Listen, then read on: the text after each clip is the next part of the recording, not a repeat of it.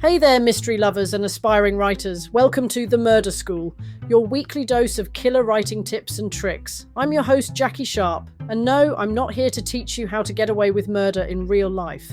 We'll leave that to the experts. Instead, we're diving into the world of crafting captivating murder mysteries that will keep your readers up all night, turning pages and guessing who done it. Whether you're a seasoned author or just starting out, The Murder School is here to help you sharpen your skills and unlock the secrets to writing a masterful mystery. Each week we'll explore different aspects of the craft, from creating complex characters and clever clues to building suspense and nailing that shocking plot twist. We'll also delve into the nitty-gritty of self-publishing, sharing tips and strategies for getting your murder mystery out into the world and into the hands of eager readers. So grab your notebook, your favourite writing snack, and maybe a magnifying glass for good measure, and join me every Monday for a new lesson at The Murder School. Together, we'll unravel the mysteries of writing a killer story. And remember, the only thing we're murdering here is writer's block. Welcome back, crime fiction aficionados. In part one of this two-part look at plot twists, we covered some classic techniques that are sure to keep your readers on the edge of their seats. But why stop there? In this installment, we're going to delve into some more advanced strategies for crafting truly unforgettable twists and turns. First up, let's talk about the false solution.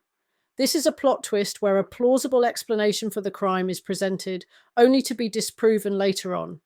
It's a way to keep the reader guessing, to make them think they've got it all figured out, before pulling the rug out from under them. Picture this: the evidence points to a clear suspect, someone with a history of violence and a clear motive. The detective builds a strong case and the suspect is arrested and charged. But just as the trial's about to begin, a new piece of evidence emerges that proves the suspect couldn't have committed the crime after all. The real killer is still out there, and the race is on to find them. To make a false solution plot twist work, the initial explanation needs to be convincing. It should fit the evidence, the motives, the timeline. Everything should point to this being the right answer.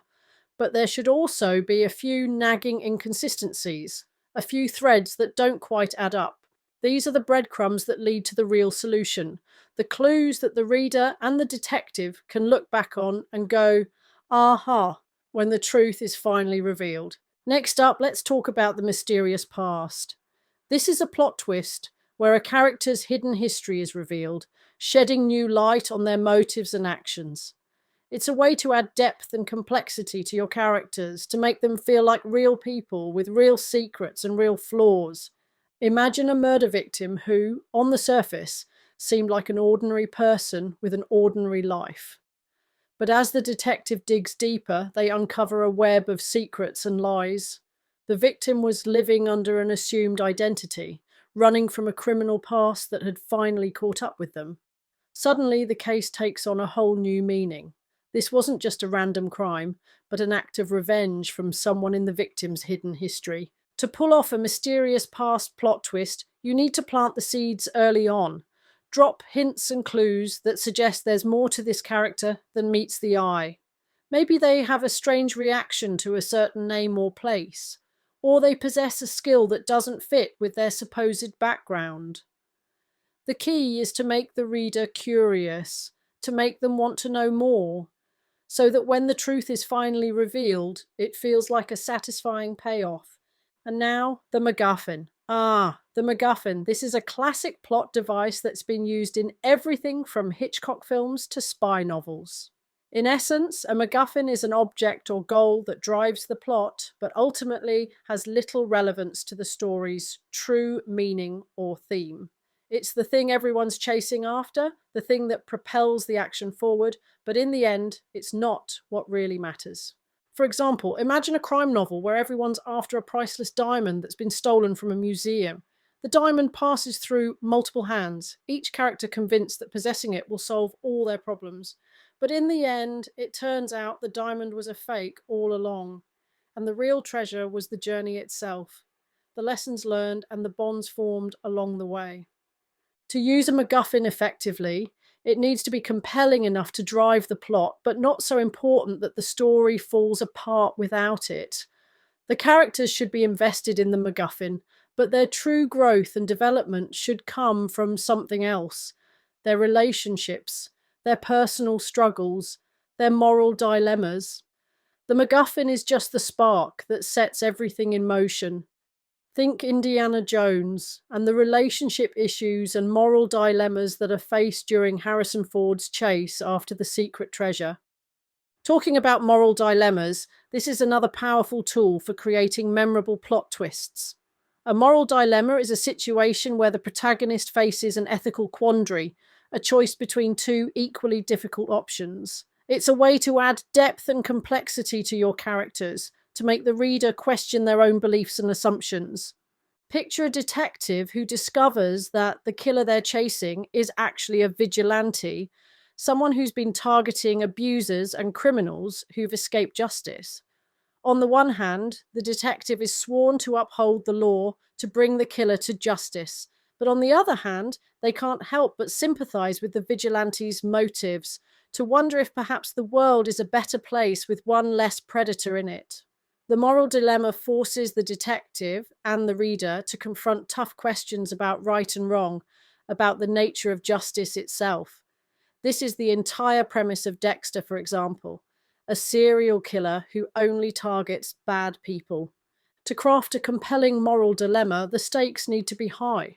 The protagonist's choice should have real consequences, both for themselves and for the world around them. There should be valid arguments on both sides, reasons why either choice could be seen as the right one.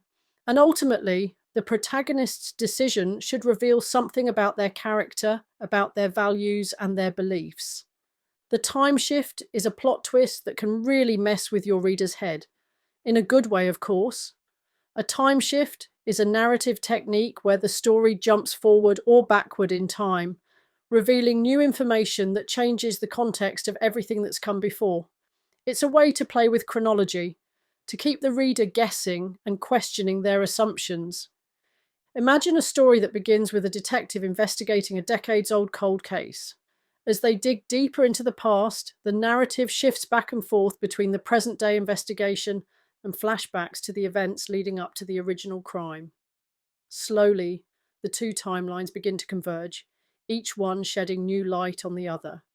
And in the end, a shocking revelation from the past provides the key to solving the mystery in the present. To pull off a time shift effectively, you need to be strategic about when and how you reveal information.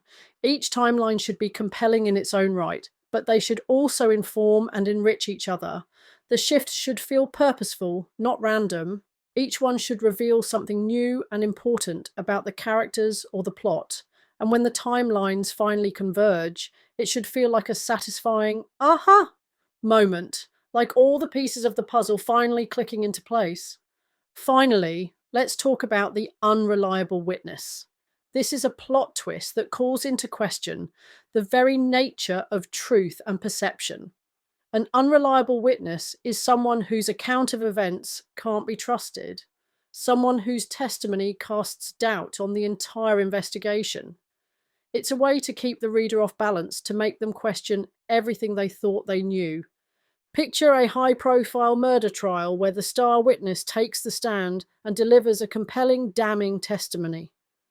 The defendant's guilt seems all but certain until the detective discovers that the witness has a history of mental illness, or a personal vendetta against the defendant, or a secret they're desperate to protect. Suddenly, the entire case is thrown into chaos, and the detective must race to uncover the truth before it's too late.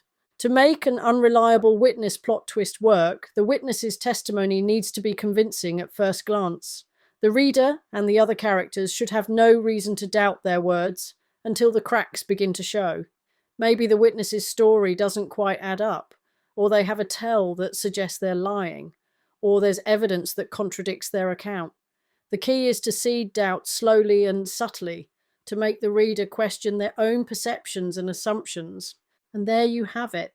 Some advanced techniques for crafting unforgettable plot twists in your crime fiction. Remember, the key is to keep your readers guessing, to make them question everything they thought they knew. Use these tools strategically and sparingly, and your twists will land with maximum impact. But most importantly, have fun with it. Writing is a joyous creative act, and there's nothing quite like the thrill of leading your readers down a twisty turning path, only to surprise them with a shocking revelation at the end. So go forth and write, my friends, and may your plot twists be as devious and delightful as the criminals you're writing about.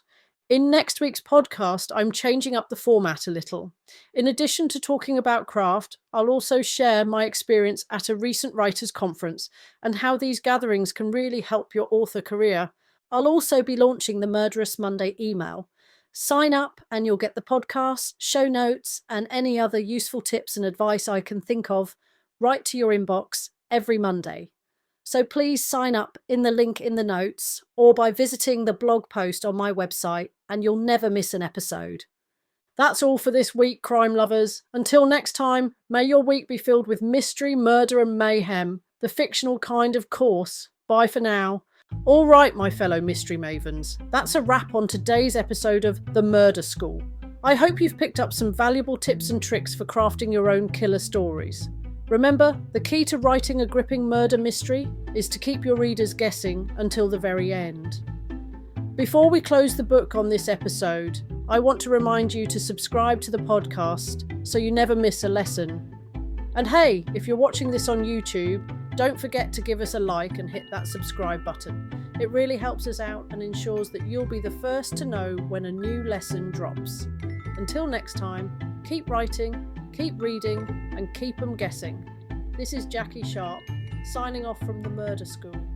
Remember, the only good murder is a well-written one.